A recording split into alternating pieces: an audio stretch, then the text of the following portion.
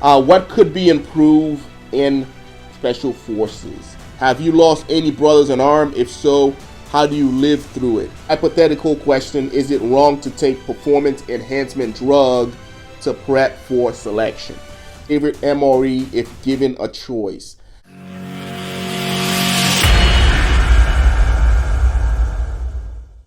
What's going on, guys? Today I want to jump on Instagram again and answer a bunch of questions that you guys might have. Remember, if you have any questions for me, go to my Instagram page, Beret Chronicles, and look out for the Ask Me a Question section. Every week, this is something that I'm going to start doing because I don't really get around to do the live streams like I used to anymore. I just want to make sure you guys have access. So we're going to jump on here, go through a bunch of questions, and I'm going to provide you with some answers. Also, if you are interested in going to Sapper School, Ranger School, Special Forces Assessment and Selection, I have created 3 different Ruck programs. There is a basic Ruck plan for individuals that are not as experienced. Then there's a intermediate Ruck plan that is approximately 12 weeks long. And there is a advanced Ruck plan that is approximately 14 weeks long.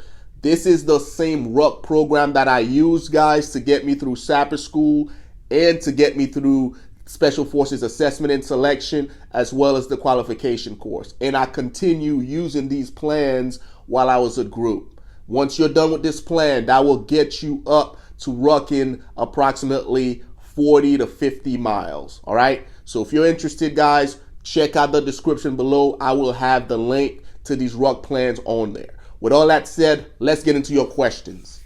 All right, guys, first question. Should I pursue Army Special Forces instead of Navy SEALs? I'm currently 28 years old. So I will tell you that you need to do whatever your heart tells you to do. I'm not here to tell you to choose Army versus Navy SEALs. What are your strengths and weaknesses? Are you a good swimmer? Do you want to be in and around the water? Or do you want to be on land doing cool guy shit? All right? You need to figure that out yourself. There's a lot of resources out there. Do your research. Compare and contrast the pros and cons, what these different units do. There's a lot of information out there. What I can't do is tell you to go Army Green Beret and then you get there and not like it. It has to be your choice, because when you're in there and you're embracing the suck, guess what? It's going to be you and you alone. I hope that answered your question. Let's move on to the next one. All right. How do you take care of your feet, blisters, sweaty, etc. doing SF rucks or doing any rucks that you might do whenever you're in buds?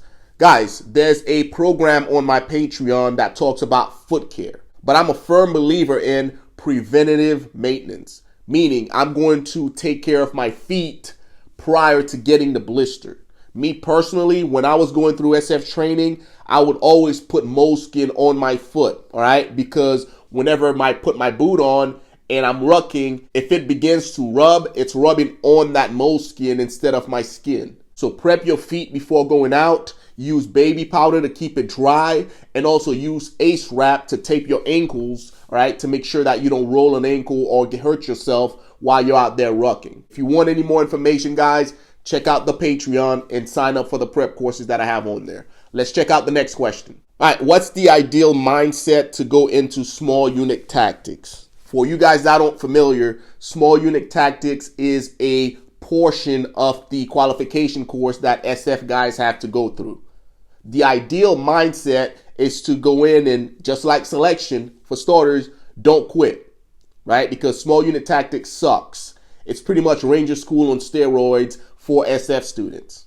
So don't quit, right? Have that mindset. And then number 2, be open to new ideas, to new challenges, all right? Because you're going to learn a bunch of different ways to do certain tasks, right? So just be open to learning and to trying things outside the box. And then also you got to have the teammate mindset, all right? The team building mentality, because you're going to get put in a squad anywhere from 12 to 14 dudes, and you are going to have to conduct a variety of mission alongside those dudes, right? You'll spend 3 months shoulder to shoulder with those dudes. So you got to be a good teammate, and you got to be welcoming to making new friends. If you have that mindset going into small unit tactics, you should be fine. All right, let's check out the next question, guys. All right, next question, guys. Will the U.S.-Afghanistan war start again? I hope not. All right, after 20 years of fighting over there, if we couldn't figure it out then, we damn sure aren't going to figure it out now. We lost enough people over there, right? We don't need to go back there. That piece of land has never been conquered by anybody. It is known as the empire killer. That's where empires go to die. Alexander the Great couldn't do it. Genghis Khan couldn't do it. The Russians couldn't do it. And now we couldn't do it. We just need to leave those people alone and then focus on making America great again, right? Next question. So asking for a friend, hypothetical question, is it wrong to take performance enhancement drug to prep for selection? Guys, you don't want to take anything going into Special Forces assessment and selection. Your body is going to get put through a lot of stress, all right? Anything that can affect your body, the way you think, the way you move, your muscles, your muscle cramps, like, I would stay away from that, guys. You don't know how your body's going to react under that certain situation. There was a story not too long ago circulating about the Navy SEAL Bud candidate that died after being on steroids, Viagra, and a bunch of other stuff doing buds. All right, guys, I don't want that to be you. So I do not recommend taking anything going into Special Forces assessment and selection. All right, next question. All right, this individual wants to know my favorite MRE if given a choice. Man, I'm a big stew fan. All right, I think it's number 9, and I hate the cheese omelet MRE. Next question, guys. Requirement for infantry officer joining the 75th Ranger Regiment. No clue. All right, I'm not a Ranger. I was never a Ranger back. All right, use the Google machine and see if you can find an answer there. Next question, guys. Have you lost any brothers in arms? If so, how do you live through it? All right, so this is a good one, guys. Yes, since I joined the military as early as 2003, 4 months out of basic training, I deployed to Iraq to conduct route clearance. And there I lost a bunch of brothers, leaders. Dude, I think that first rotation, we lost like 11 dudes, all right? And 5 of them was from my squad. So early on, I started experiencing death, right? And I just had to figure it out because I slowly started to spiral out of control because I didn't really know how to deal with death. I didn't know what was going on, right? So internally, I started to get into a lot of trouble. I started being defiant.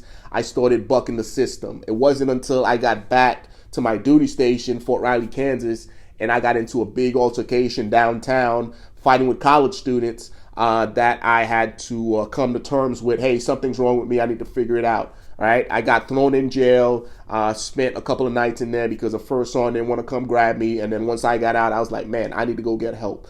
And what I ended up doing was sitting down with a counselor and talking through the events that had taken place, right? Because I had a lot of survivor's guilt because the IED that killed the 5 individuals, my vehicle went on top of it first, right? So a lot of stuff was going through my head like, man, I should have spotted that IED. I should have spotted something. And if I did, maybe those guys would have still been alive, right? So I was dealing with that. And I sat down with somebody. We talked through it. I unpacked a lot of things. And that's how I was able to get over it, right? And then I came to the realization that as soon as we're born, there's an end date already etched in a book somewhere, right? That's 2 things that's in stone, right? When you are born and when you are going to die. Those 2 dates already established. Regardless of what we do, how we do it, it's going to happen, right? Everything in between, that's what you have to figure out. And I chose to live for my brothers in arms that passed away. So I'm making the best out of the life that I have because they're not around to enjoy theirs, right? And that's what has propelled me to live a better life. So I hope that answered your question. This individual wants to know thoughts on PSYOP and CA joining SF Command. I understand what the regiment is trying to do with creating like the all in-house enabler concept where all your guys are right there. They know which team they're going to be working with. and they can start building that bond and that camaraderie. I understand what they're trying to do, but I'm not around to experience it, so I don't know how everything's being developed, right? Sorry if I couldn't give you any additional information on that. What do you think of a foreigner with a green card joining the Green Berets, right? Hey, check it out. I used to be a foreigner with a green card, right? And I became a Green Beret. There's a couple of things you have to do in between. You have to become a citizen, right? You can't join SF without being a citizen, and that's mainly due to the security clearance requirements, right? So make sure you go become a U.S. citizen, and then you can join and become a Green Beret. And I think it's welcome, because within the Green Berets, one of the jobs that we do is going overseas and working with foreign countries, right? How cool would it be if we were to go to Haiti and I was on the team and I spoke fluent Haitian Creole, right? That would be pretty cool, right? So I completely support it. Next question, how's your day going? My day's going great. All right, let's move on. What could be improved in Special Forces? So this is a good one, guys. I think the leadership can be improved, right? We need leaders within the regiment that knows how to treat SF guys when they're not active. Because you figure we signed up to do a specific job, and that's to mess stuff up, right? We want to go down range. We want to do work. We want to do bad things to bad people. But we're currently in a time and space where there's nothing going on. So idle hands, right, are going to lead guys to do messed up stuff. We need leaders that are creative, that can find things for these guys to do to keep them occupied.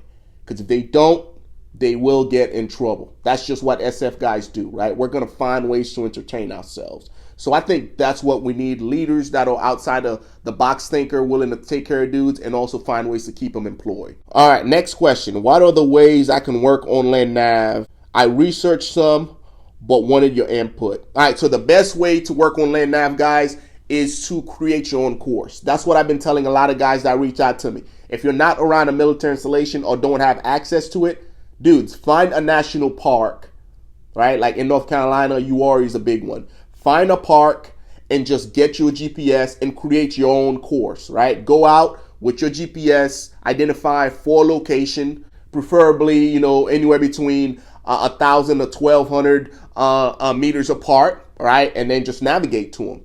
Identify them on a GPS, get you a map of that local park, all right? Drive out there, park at the start point, right? Put your GPS away, and then plot the point and just navigate to them. Practice that way, and as you get better, make the course bigger.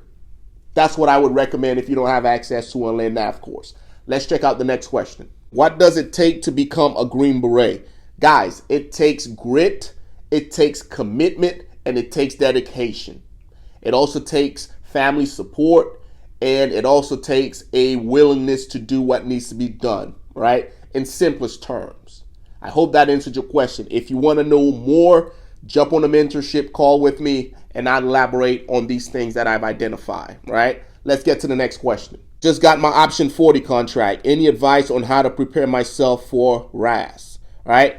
Make sure you're in shape. Make sure you know how to land nav, and make sure you're a team player, right? Read the Ranger Handbook. Learn small unit tactics. How was your first moment in the teams after selection? It was great, right? I got to my first team and they were already deployed. I was able to step in and get to work immediately. Yeah, I still had to earn the respect of the team. I still had to earn my place, but it worked out like it was supposed to work out, right? I hope that answered your question.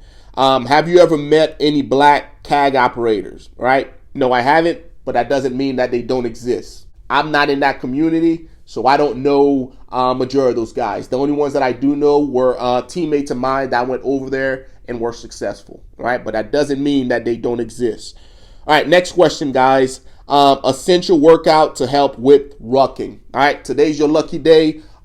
Within this video, I release 3 different rucking program, a basic, an intermediate, and an advanced. I price them accordingly so you guys can buy them and not worry about breaking the bank. Go check them out. They should help you out with whatever you're trying to accomplish when it comes to rucking. All right, next question, guys.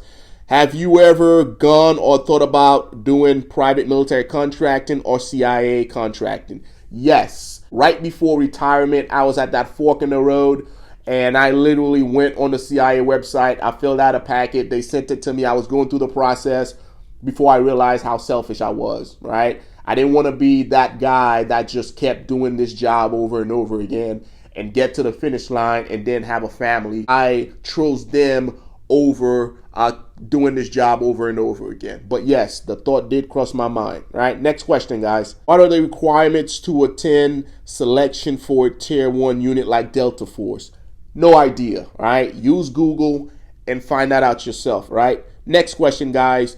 Hello, sir. How will I take care of my family when I'm at SFAS? You won't take care of them doing SFAS, right? All the prepping will take place prior to you going to SFAS. That's why having a family unit that is supportive is so important. While you're gone for those 4 weeks, prior to, you need to have everything in place. Make sure your wife knows everything that she needs to know. That way, while you're at SFAS, you can focus on the task at hand, right? So prep them before you go. That's how you're going to take care of them. Last but not least, guys, in selection, was there anything you wish you studied or practiced more of, right? Land navigation. That was one area where I was weak, and I went to selection not fully grasping the concept. Once I got to selection, they gave us some additional classes, and that helped. But I wish I spent some time out there learning how to land nav. Now, I was in shape, so I was able to run throughout the entire training area and get my points in time. But if there's one area I wish I was better at, that would definitely be land navigation. So I hope that answered you guys' question, guys. Next week, I'm going to post another tab that gives you guys the opportunity to ask more questions. And every Wednesday, I'm going to jump on here and answer them for you. I hope this was helpful. Until next time, take care of yourselves.